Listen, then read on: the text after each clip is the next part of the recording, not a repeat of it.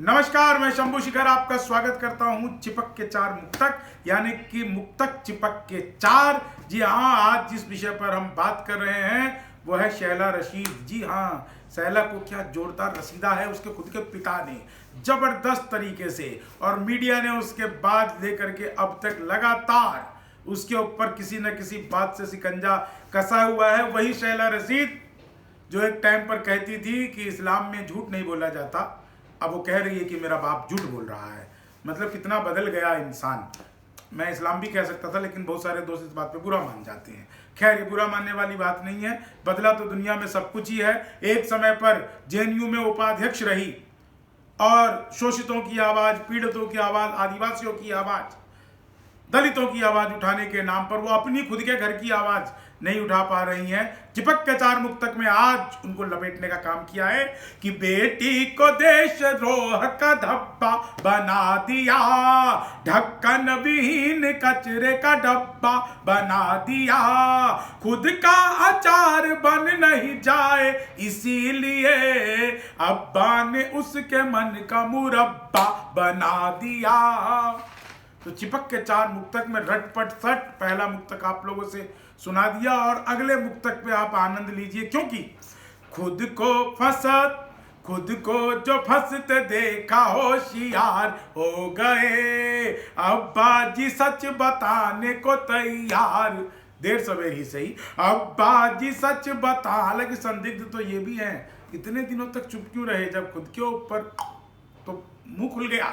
एक अब्बा जी सच बताने को तैयार हो गए, गद्दारी तुमने ही वतन से कि इसीलिए परिवार वाले भी तेरे गद्दार हो गए। तो इसी को कहते हैं जैसे को तैसा।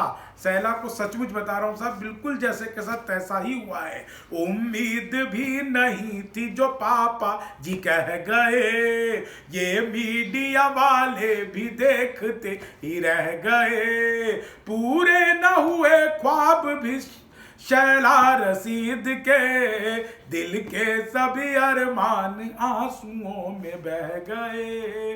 वो रो के बता रही थी कि नहीं मेरा बाप झूठ बोल रहा है, ऐसी बात नहीं। और कई सामाजिक कार्यकर्ता तो साहब विधवा विलाप करने में लगी हुई थी।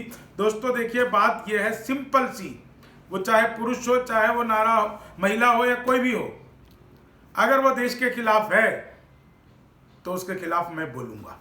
बात इतनी सी है।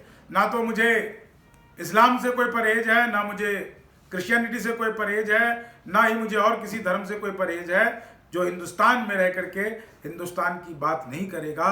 वंदे मातरम, हम अपनी इस मातृभूमि का वंदन करते हैं। जिसके मन में यह भावना नहीं रहेगी, जो अपने माता की, भारत माता की जय नहीं कहेगा, उसके लिए तो हमेशा कि घर के ये भेदिए ने घर की बाट लगा दी, आवाज के बिना ही गजब बैंड बजा दी, है राजनीति की दुकान खुलने से पहले, लो राजनीति की दुकान खुलने से पहले खुद के ही अब्बा जान ने है बंद करा दी, खुद के ही अब्बा जान ने। तो राजनीति की दुकान इससे पहले की शुरू हो पाती ढंग से, लेकिन साहब पैसे तो कमा लिए। भगवान ना करे किसी को ऐसे पैसे कमाने की नौबत आए कि देशद्रोह करके वो पैसे कमाए। माँ बाप बहुत पैसा खर्च करके, अपना पेट काट के अपने बच्चों को पढ़ने के लिए बड़े बड़े इंस्टीट्यूट में भेजते हैं। बच्चों, इतने लायक कैसे हो जाते हैं आप लोग कि अपने माँ बाप को अपने लायक नहीं समझते। खैर, अपने देश को अपने लायक समझिए, बल्कि आप देश के लिए क्या कर सकते हैं यह सोचिए, परिवार के लिए क्या कर सकते हैं। बाकी तमाम चीज़ें इस दुनिया में आती जाती रहती है। यह देश रहेगा तो हम रहेंगे, परिवार रहेगा तो हम रहेंगे। आज के लिए बस इतना ही।